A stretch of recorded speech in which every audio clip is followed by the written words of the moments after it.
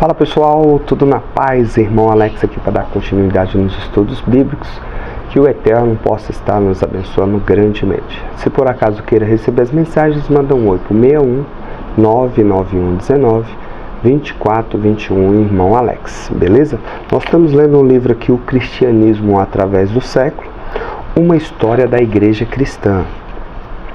E aí aqui no tópico que nós estamos lendo, está escrito assim: a supremacia do papado de 1054 a 1305, e a parte cruzados e reformadores. Interessante isso aqui. É importante a gente destacar algumas coisas que aconteceram na história. Normalmente muita gente não sabe, né?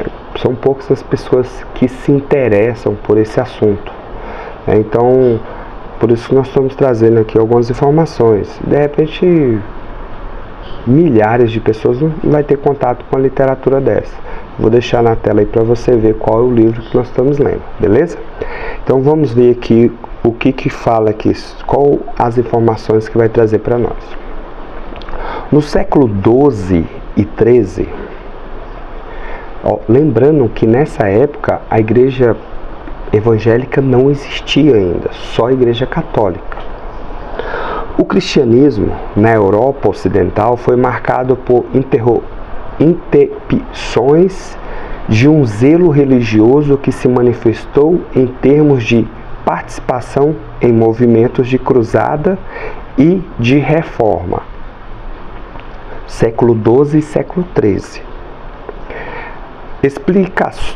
Expedições de cavaleiros cristãos pelejavam por motivos religiosos em lugar de lucros pessoais ou fins políticos.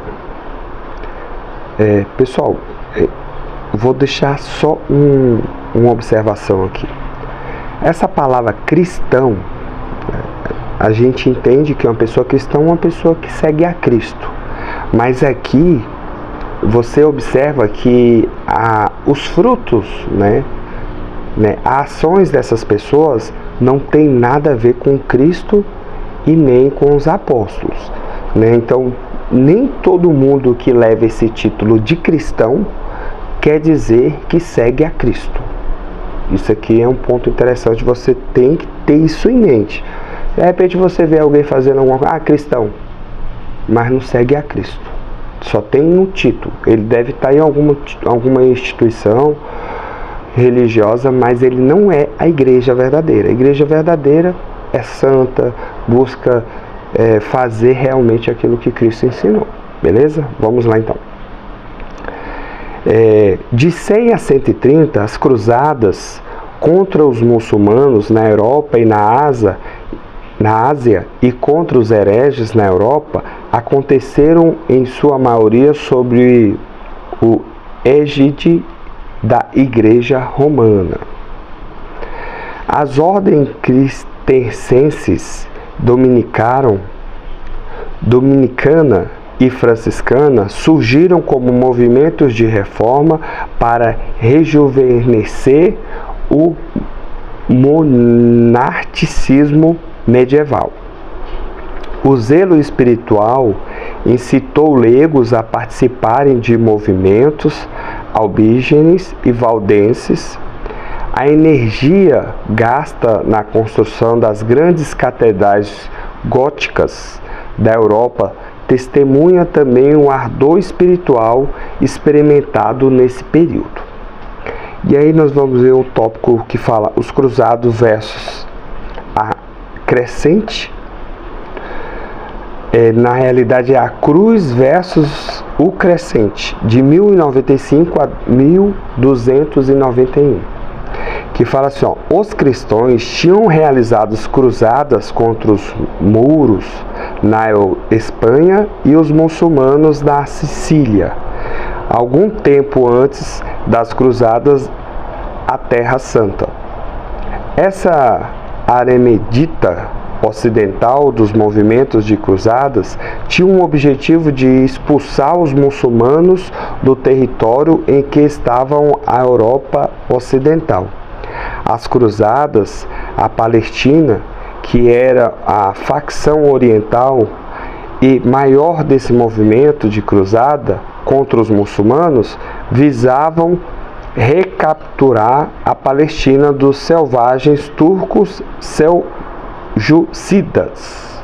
O movimento todo pode ser caracterizado como uma guerra santa contra os inimigos da cruz pela força espiritual da cristandade ocidental. Já em 1074, Gregório VII convocaram uma cruzada contra os muçulmanos na Palestina que assolavam o Império Oriental e perseguia os peregrinos. Entretanto, a luta contra Henrique IV em torno da questão da investidura impediu que ele fosse a Papa que iniciasse a cruzada. Então eu vou trazer só essas informações, depois eu vou fazer outro vídeo trazendo outras informações. Mas você observa, pessoal, essas cruzadas, né, iam para a guerra mesmo, para o combate. E isso aí é um ensinamento, não é ensinamento de Cristo, né? Cristo ensinou totalmente contrário, entendeu? Então é onde a gente começa a observar que pessoas no decorrer da história que recebem esse nome de cristão, lembra dos cavaleiros templários, são pessoas que não têm nenhum tipo de ligação com Cristo, nem com o Eterno, nem com Cristo, nem com os apóstolos. Eles tinham uma ligação com a Igreja Apostólica Romana e com o Império Romano, só isso.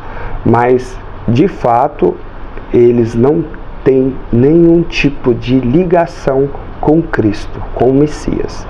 É importante a gente falar isso para que as pessoas venham começar a entender, né? Porque falam-se muito mal, né? Pessoas cristãs que fazem coisas erradas, mas lembrando que esse nome cristão nem sempre a pessoa, ela de fato é uma pessoa que está ligada a Cristo. Ela não está ligada à videira verdadeira, né? Ela está ligada ao sistema, mas não ao Eterno, a Cristo e aos apóstolos. Beleza? Fique na paz, que o Eterno nos abençoe. Um abraço do irmão Alex.